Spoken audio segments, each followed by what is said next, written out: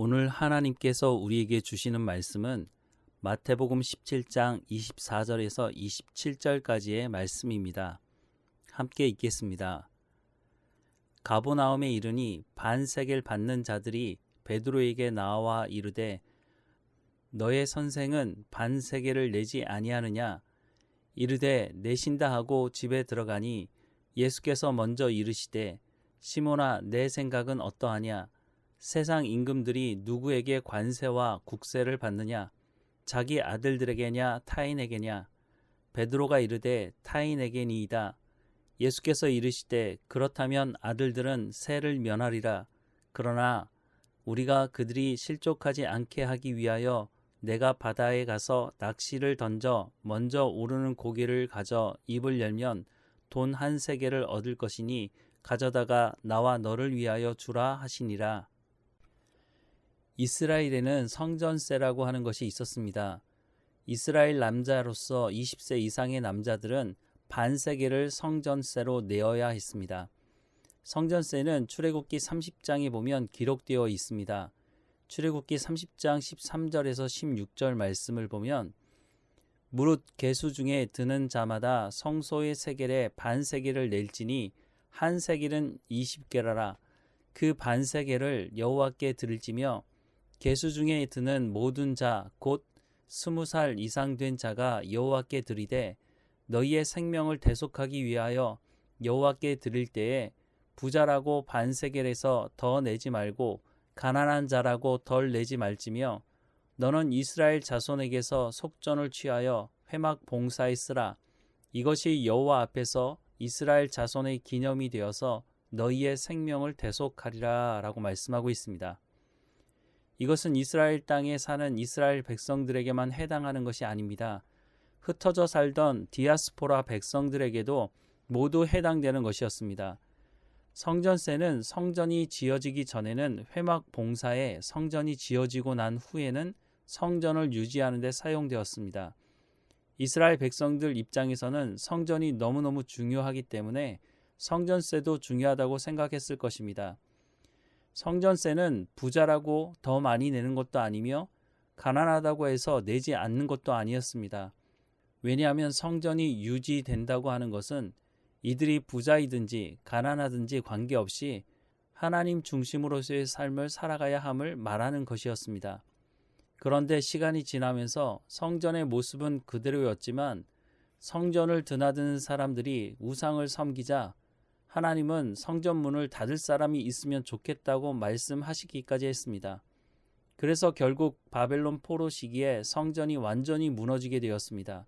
성전이 무너진 것에 대해 이스라엘 백성들은 하나님께서 무너진 것으로 생각했지만 하나님 입장에서는 그것은 그냥 건물이 무너진 것뿐이었습니다. 건물은 언제라도 다시 세우면 되는 것이지만 중요한 것은 이스라엘 백성들이 하나님을 떠났다는 것입니다. 그래서 바벨론 포로 기간 동안 이스라엘 백성들이 회개하고 돌이켜 하나님의 말씀을 가르치는 회당 교육을 시작하게 되었고 다시 돌아와서 두 번째 성전을 짓게 되었습니다. 그리고 잠시 성전 중심으로 신앙이 회복되는 것 같았습니다. 그런데 예수님 시대에 와서 성전은 다시 하나님께 기도하는 곳이 아니었으며 예배하는 장소가 아니었습니다. 사람들이 자신의 탐욕을 요구하고 채우는 장소로 변질되었고 장사하는 곳으로 변질되었습니다. 그래서 예수님께서 성전에서 장사하는 사람들, 탐욕을 채우기 위해 모인 사람들을 쫓아내셨습니다. 요한복음 2장 14절에서 21절 말씀에 보면 성전 안에서 소와 양과 비둘기 파는 사람들과 돈 바꾸는 사람들이 앉아 있는 것을 보시고 노끈을 채찍으로 만드사 양이나 소를 다 성전에서 내쫓으시고 돈 바꾸는 사람들의 돈을 쏟으시며 상을 엎으시고 비둘기 파는 사람들에게 이르시되 이것을 여기서 가져가라.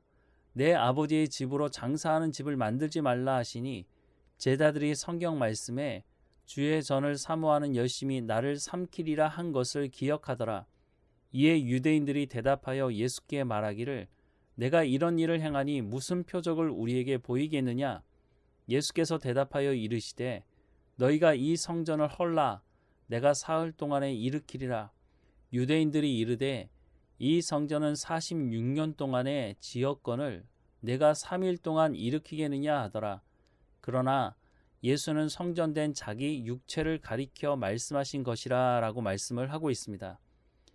예수님은 성전을 헐라고 말씀하셨고 3일 동안 새로운 성전을 세우실 것을 말씀하셨습니다. 새로운 성전은 예수님의 부활을 통해 세워질 성전을 말씀하는 것이었습니다. 그것이 더 이상 건물로서의 성전을 의미하지는 않는다는 것입니다. 그런데 당시 성전이 제 기능을 하지 못하고 예수님께서 성전을 헐라고 하실 정도였지만 여전히 성전을 유지하기 위해서 성전세는 거치고 있었습니다. 오늘 본문의 말씀을 보면 예수님은 지금까지 성전세를 내오셨던 것으로 보입니다.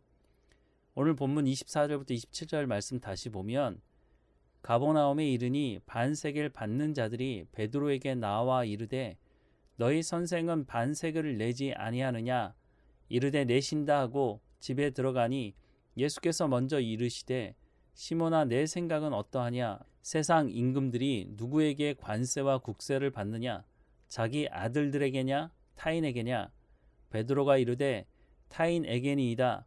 예수께서 이르시되 그렇다면 아들들은 세를 면하리라. 그러나 우리가 그들이 실족하지 않게 하기 위하여 내가 바다에 가서 낚시를 던져 먼저 오르는 고기를 가져 입을 열면 돈 1세겔을 얻을 것이니 가져다가 나와 너를 위하여 주라 하시니라 라고 말씀합니다. 예수님은 성전을 헐라고 하셨으니 성전세를 내지 말라고 하시는 것이 맞는 말씀이라 생각이 들지만 예수님은 베드로에게 성전세를 내도록 하십니다. 왜냐하면 성전은 헐릴 것이고 성전은 예수님에 의해 새롭게 세워질 것이고 제자들은 하나님의 자녀이기 때문에 또한 새롭게 세워질 성전은 건물로서의 성전이 아니기 때문에 내지 않아도 된다고 할 수 있으나 현재로서는 성전이 있기 때문에 이것으로 사람들과 불화를 만들지 말라고 말씀하는 것입니다. 이것은 사도 바울에게도 영향이 있었습니다. 우상에게 바쳐진 고기가 시장에 나왔을 때 그것을 사 먹어도 되는지에 대해서 사도 바울은 먹어도 아무 관계 없다고 합니다. 왜냐하면 우상은 원래 존재하지 않는 것이기 때문입니다. 하나님께서 먹을 수 있는 음식을 주신 것에 대해 감사하고 먹으면 되는 것입니다. 그러나 이것이 이제 막 신앙생활을 시작한 사람에게 걸림돌이 된다면 사도 바울은 먹지 않겠다고 말씀하고 있습니다. 예수님께서 성전세를 내시지 않아도 예수님에게는 문제가 없습니다. 그러나 기존의 성전세를 내고 아직은 성전이 존재하는 상태이었기 때문에 그리고 당시 사람들이 예수님께서 말씀하시는 새로 세워질 성전에 대한 이해가 없는 상태에서 굳이 성전세를 내지 않으시겠다고 하시면 그들이 실족하게 하는 일이 일어날 수 있기 때문에 예수님은 성전세를 내라고 말씀하십니다. 결국 예수님께서 새로운 성전을 세우시고 나면 굳이 설명하지 않아도 그것이 무엇을 의미하는지를 알게 될 것이기 때문에 신앙이 성장하게 되면 굳이 우상에게 바쳐진 고기를 먹어도 되는지 안 되는지 논쟁을 벌일 필요가 없기 때문에 지금은 신앙이 작은 사람을 위해 먹지 않겠다고 성전세를 내야 한다고 말씀을 하는 것입니다. 우리가 먼저 믿음 생활을 시작한 사람이라면 먼저는 하나님의 말씀의 뿌리를 제대로 내려야 합니다. 그래야 이런 문제에 휘둘리지 않을 수 있습니다. 그리고 신앙이 자라나면 아무것도 아닌 문제를 가지고 씨름하지 않을 수 있습니다.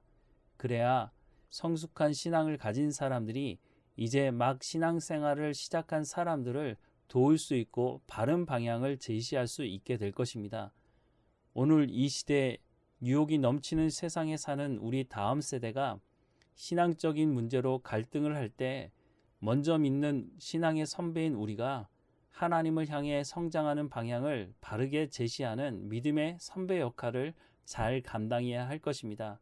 그래서 오늘도 하나님 주시는 이 말씀을 마음에 새기고 깨달아 알고 경건의 훈련을 해나가는 우리의 삶이 되기를 소망합니다. 기도하겠습니다. 사랑하는 하나님, 오늘도 우리 가운데 말씀하시는 그 놀라운 하나님의 은혜에 감사합니다. 하나님 우리의 마음에 새기게 하시고 하나님 우리의 신앙이 성숙하게 하셔서 하나님, 우리가 뒤를 돌아볼 때마다 하나님께서 우리를 여기까지 인도하셨다고 고백할 수 있도록 인도해 주실 뿐만 아니라 우리의 다음 세대가 신앙적인 문제로 갈등하고 있을 때 우리가 믿음의 삶을 제대로 보여주고 가르치게 하셔서 바른 방향을 가지고 살아갈 수 있도록 우리의 삶을 주관하시고 인도해 주옵소서. 또한 이제 막 신앙의 삶을 시작한 분들에게 우리가 함께 신앙의 성숙함을 이룰 수 있도록 우리가 낮은 자리에 나아가서 그들을 온전히 섬기는 삶을 살아갈 수 있도록 또한 인도해 주옵소서. 오늘도 하나님과 동행하며 감사하는 하루가 될 수 있도록 인도해 주옵소서. 늘 우리와 함께 하시는 하나님께 감사하고 예수님의 이름으로 기도드립니다. 아멘.